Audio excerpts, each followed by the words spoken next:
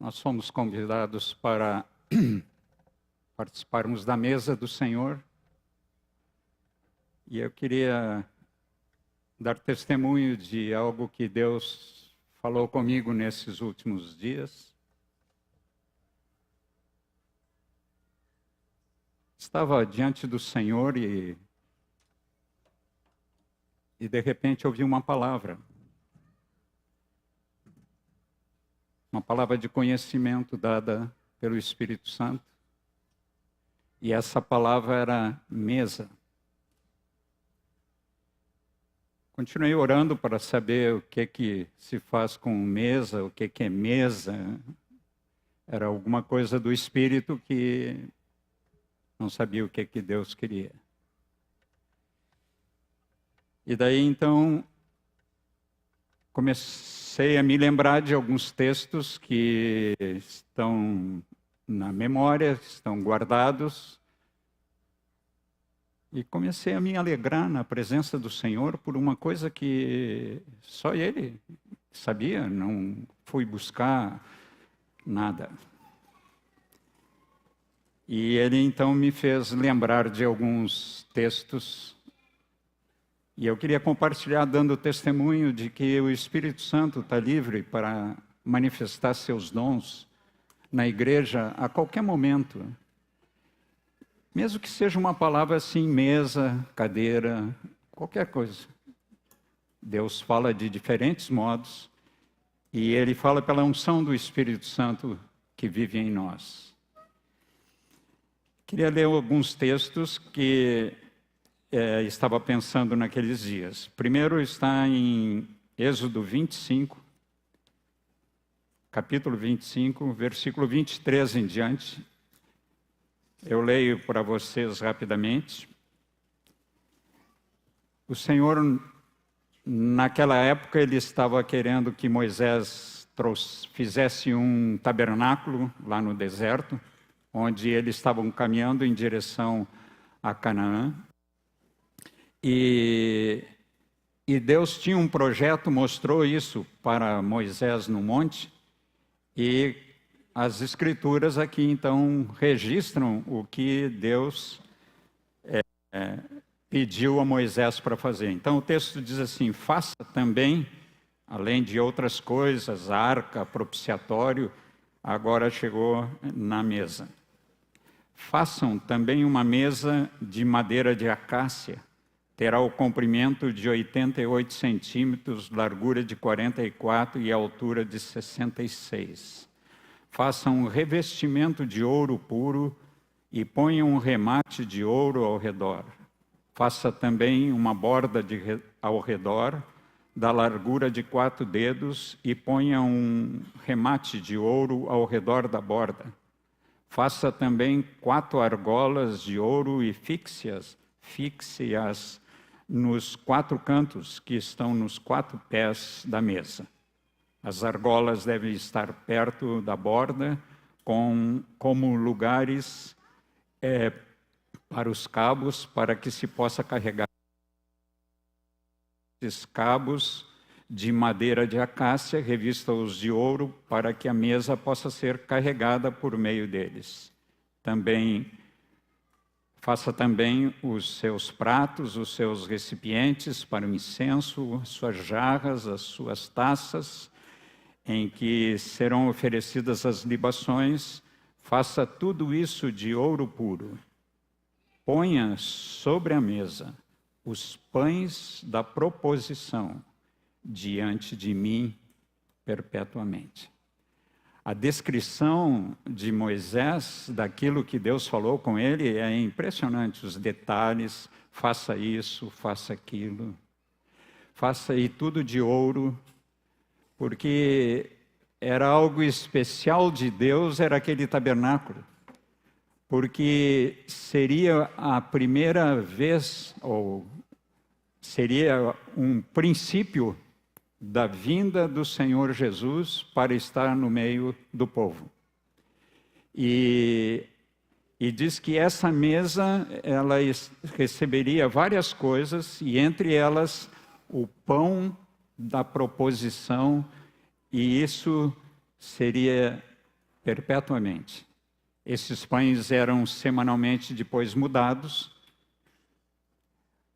Quando Jesus fala sobre que ele é o pão da vida, ele estava lá naquela mesa, na mesa de ouro, tinha começado a funcionar e todas as coisas do tabernáculo tinham a ligação com a pessoa de Jesus agora no Novo Testamento.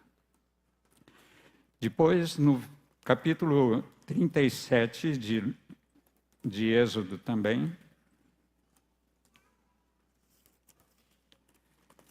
como o Senhor tinha dito para Moisés fazer, agora então descreve aqui no versículo 10 em diante o que Moisés fez. E tudo que ele fez, aqui está escrito segundo o que Deus pediu para ele fazer. E também ele fala aqui desse pão da proposição, o pão da presença, a presença do Senhor como o pão da vida, desde aquele tempo está estabelecida. Deus mandou o seu Filho de muitas maneiras, ele se manifestou de muitas maneiras, mas junto ao tabernáculo tem coisas preciosas da presença do Senhor, e entre elas o pão da proposição. Esse pão estava presente. E depois, já no fim, lá no último profeta, no profeta Malaquias, queria que os irmãos acompanhassem também, eu leio. Malaquias capítulo 1. Deus fala com Malaquias sobre o estado em que estavam os sacerdotes naquele tempo. E ele para os sacerdotes, que está em Malaquias 1:7. Eu leio um pouquinho antes. Deus falou assim: o filho honra o pai e o servo respeita o seu senhor. Se eu sou o pai, onde está a minha honra? E se eu sou o Senhor, onde está o respeito para comigo? Versículo 7, vocês oferecem pão impuro sobre o meu altar e ainda perguntam, em que te havemos profanado? Nisso, de pensarem que a mesa do Senhor pode ser desprezada. Na continuidade, no versículo 12, diz assim, mas vocês estão profanando o meu nome quando pensam que a mesa do Senhor é impura e que a comida que é oferecida sobre ela pode ser desprezada. Uma palavra de advertência séria de Deus aos sacerdotes que tinham esquecido de tudo o que Deus pediu para Moisés fazer, de tudo que Moisés fez e de todos esses anos em que eles cumpriram, mas chega nesse tempo, então, eles estavam completamente perdidos de tudo. Veio Jesus, uns 400 anos depois, então ele chega definitivamente e se apresenta como aquele que é o pão da vida. E quando nós recebemos esse convite para vir à mesa, me dá uma impressão no meu coração do que Deus quer fazer com a gente.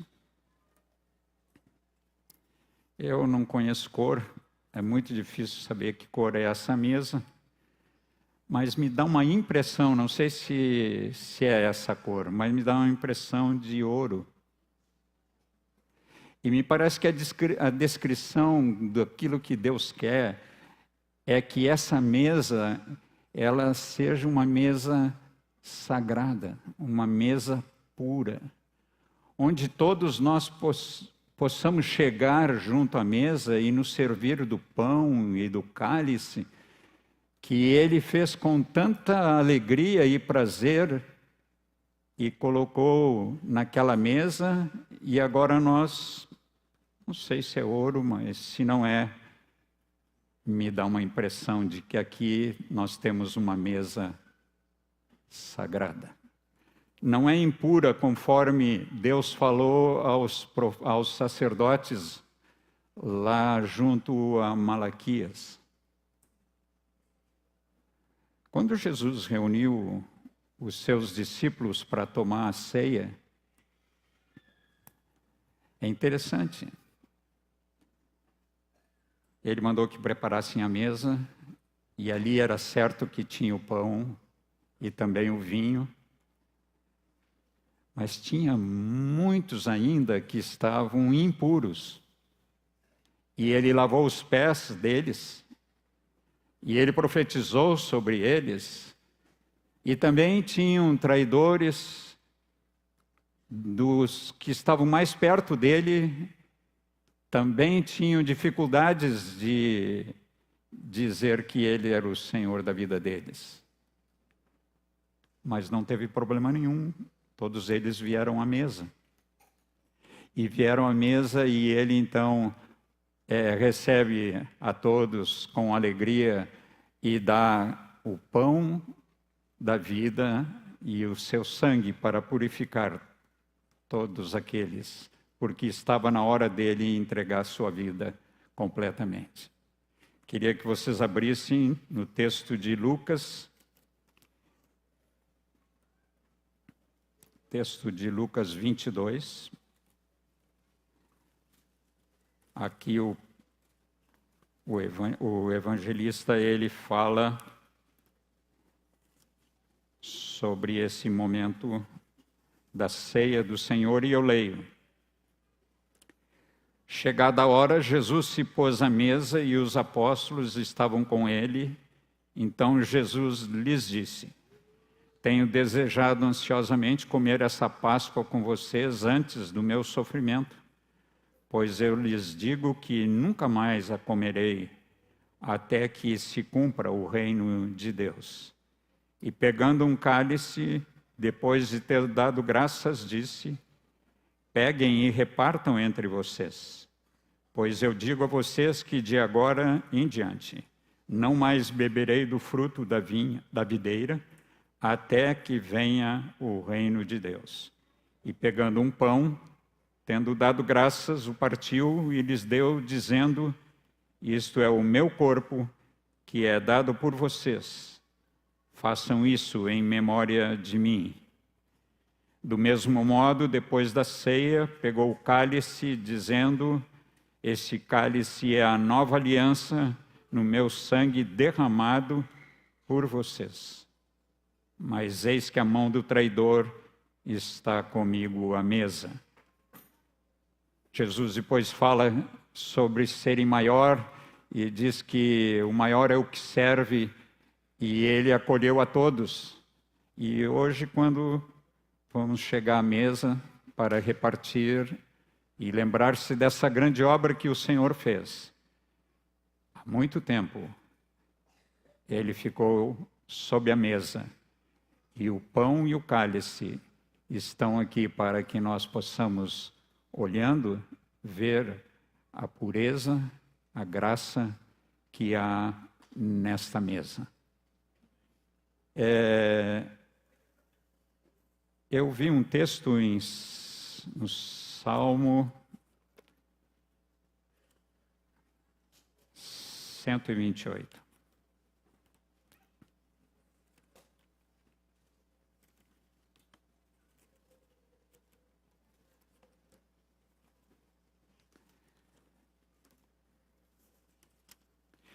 O salmista, ele diz: bem-aventurado aquele que teme o Senhor e anda nos seus caminhos, se comerá do fruto do seu trabalho, será feliz e tudo irá bem com você.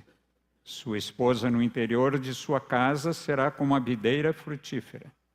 Seus filhos serão como rebentos da oliveira ao redor da mesa. Eis como será abençoado o homem que teme ao Senhor. Na minha casa, ainda eram religiosos quando eu era criança, mas havia, não sei se era uma lei, uma regra, não sei.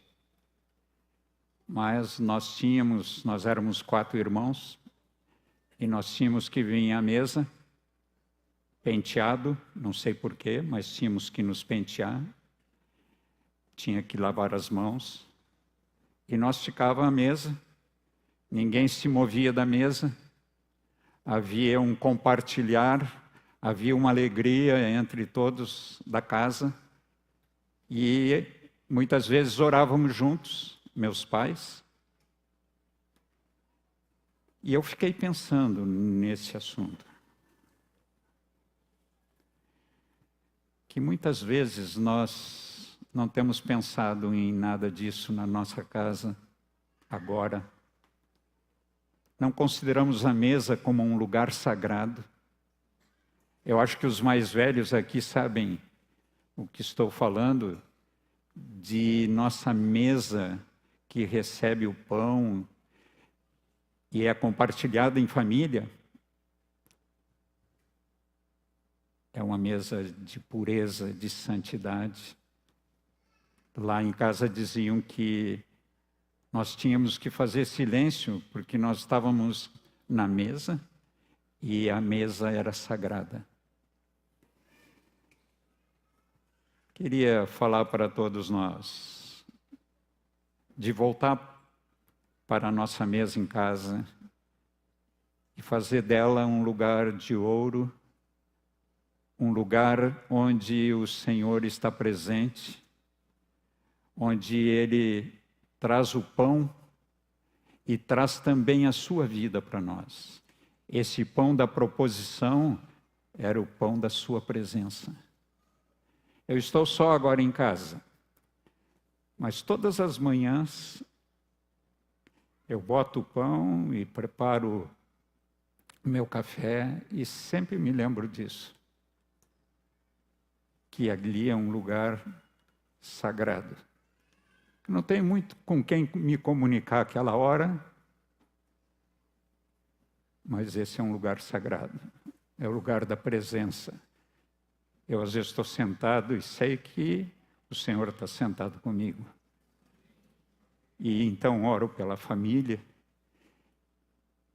Não estou dizendo que vocês peçam para os filhos pentear cabelo, lavar as mãos, mas eles podem aprender um grande segredo, que a mesa do Senhor é um lugar sagrado, é um lugar de pureza, é um lugar da sua presença. O que os sacerdotes perderam na época de Malaquias, o Senhor fez novo junto com seus discípulos, e hoje nós recordamos essa grande obra que Jesus fez por todos nós. É o que eu tinha a dizer.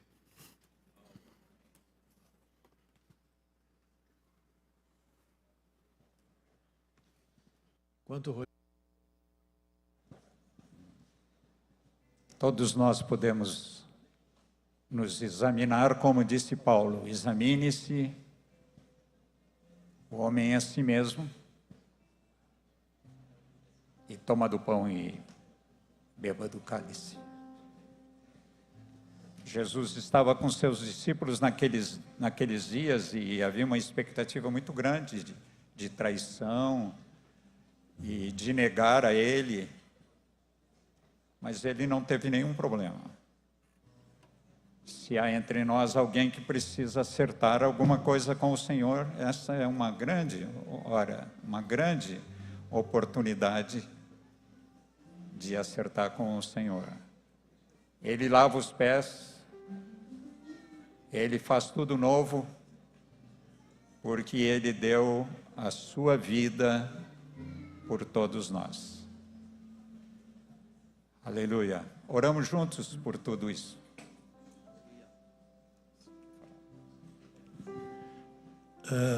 Essa palavra de hoje, pastor Rogério, é uma palavra que o Senhor fez trazer ao meu coração, por meio do Senhor, uma lembrança das mais lindas da minha vida. Meu pai, um colono lá de Juí, sempre teve essa preocupação de que a nossa mesa era um lugar sagrado. E tem algo que me marcou muito daquele tempo. Nunca, na minha vida, eu vi na minha casa os empregados fazerem as refeições depois, sempre junto conosco. E eu acho que a igreja precisa ter essa postura. Quem faz o almoço para nós, precisa almoçar junto da nossa mesa, e não depois, com a comida fria. Então o Senhor foi um instrumento que me fez lembrar e reassumir esse compromisso, porque isso eu faço na minha casa até hoje, como exemplo do meu pai. Ninguém toma refeição fria na minha casa, pelo exemplo que meu pai me deu. E hoje o Senhor fez com que eu, pai da minha família, reassumisse esse compromisso, de que a mesa é um lugar sagrado. A cabeça da mesa é do pai, que é a cabeça da casa, mas tem que dar o exemplo. Muito obrigado pela sua palavra. Queria ainda contar para vocês, a família da Alzira era uma família do campo, de fora, da fazenda. Não sabiam nada nem de serem religiosos, não conheciam absolutamente nada. E a avó dela, que era a mais velha da casa, eles tinham uma mesa onde sentávamos mais ou menos uns 20, 25 pessoas. E ela sentava bem ao meio da mesa, e todos os empregados, todos os filhos, todos os netos, todos que chegavam para comer, eles chegavam e pediam a ela que abençoasse eles. Desde o café da manhã, do almoço e da janta. Sem saber nada de revelação nenhuma, essa mulher abençoava a família toda dela, com alegria. Obrigado, irmão, porque era assim na nossa casa. Os mais velhos podem dizer muitas coisas para nós. Hein, Tober? Elias.